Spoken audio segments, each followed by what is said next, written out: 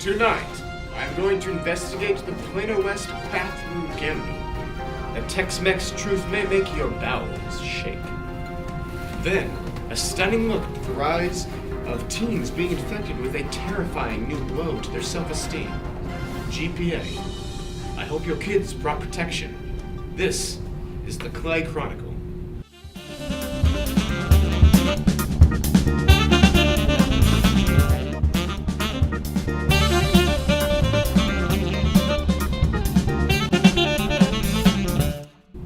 Hello, and welcome to my show. I'm Clay Hatridge, and you're watching the Clay Chronicle, your medium to the news, only covered here. Nation, the world is a messy, messy place, but nowhere is there a bigger cesspool of decay and insanity than the C building of the Plano West Senior High School. Recent inappropriate activity has warranted the immediate and most likely permanent shutdown of what is commonly referred to as the theater hall bathrooms. The culprit of this fiendish and fecal event that took place in this place of once peaceful privacy remains at large, leading me, Clay Hatridge, on a wild goose chase of justice. My search led me here, the scene of this heinous crime. I decided to examine the place bottom to top for clues. I was eventually led to the door of a traumatized witness, Grant Goebel, resident theater director. Hello, Greg. It's Grant. Whatever. I have a few difficult questions to ask you. I'm aware you witnessed the aftermath of the crime. Can you describe the scene for us? Well, I was walking up like I usually do. Nothing out of the norm. Turned off the lights, locked it.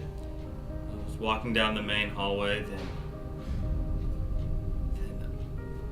all of a sudden, I started getting this smell.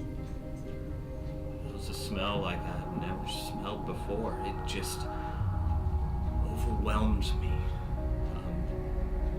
So I traced the smell through the hallway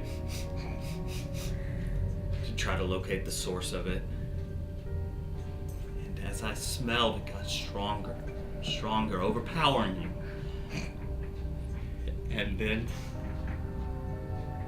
it hit me. It was in the girls' bathroom. So I knocked to make sure there were no females in, and I opened the door, and there it was. You know, I was paralyzed with fear. I couldn't move.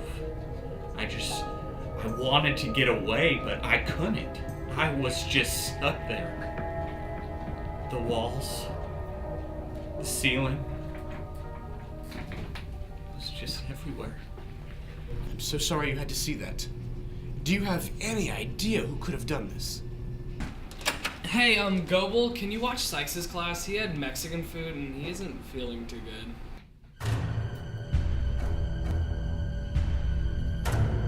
I realized something that had been right in front of me for years. Who could be frequently caught devouring food straight from the pits of bowel hell? Norvo. Sit down, Nate. How are you? I'm good. That's wonderful.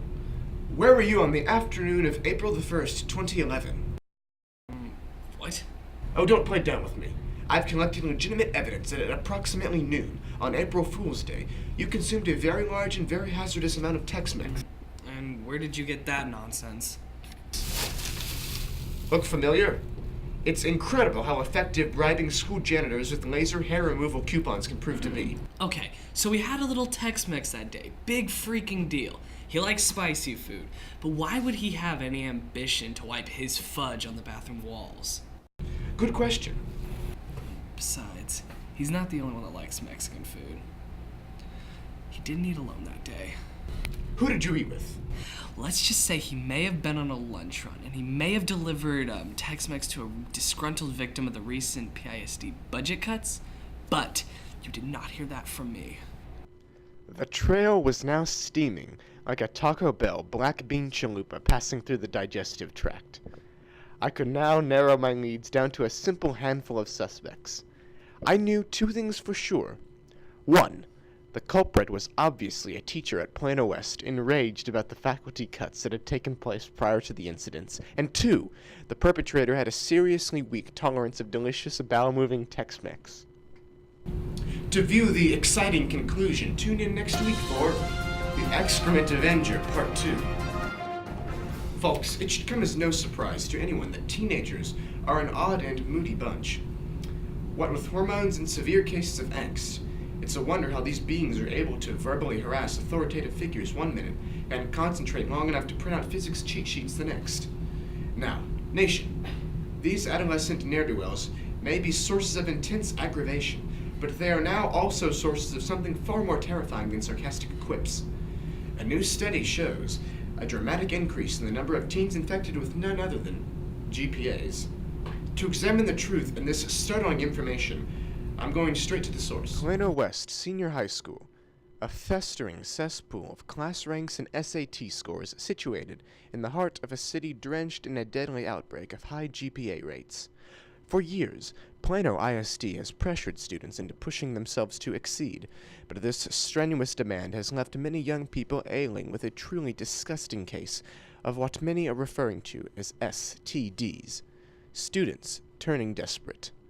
In an attempt to pimp out their resumes, they've begun resorting to drastic measures to receive the credits and service hours colleges are looking for. For the inside scoop, I asked students for their take on the epidemic. I'm an art student, so fortunately I'm pretty immune to all this GPA stuff. But I do see people dropping like flies every day. Fortunately, my friends and I have started the Help Protect Vibrancy group, which is for young artists and our friends like us to help better the world around us.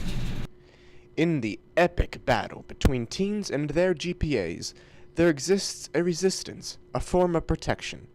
Groups such as HPV and the coordinators organizing necessary defense opposing malicious scholastics fight day after day to preserve teen modesty. They meet conflict, however, when met with the largest GPA elevating organization in the school, NHS, the National Honor Society. The National Honor Society is a group absolutely dedicated to the rise in GPA rates.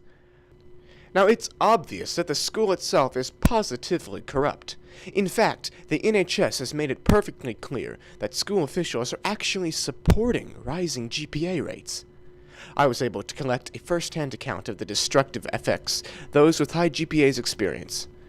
Name and voice have been altered to protect the victim's identity. I had a GPA of 4.1. I was taking 6 AP classes and pulling all-nighters. I thought I could, keep it under control.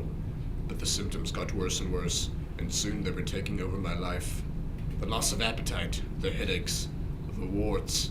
All of it got so out of hand I decided the only way was to do something drastic. I dropped 2 of my AP classes and switched to honors instead. Oh, sorry, Clay. What the hell, man?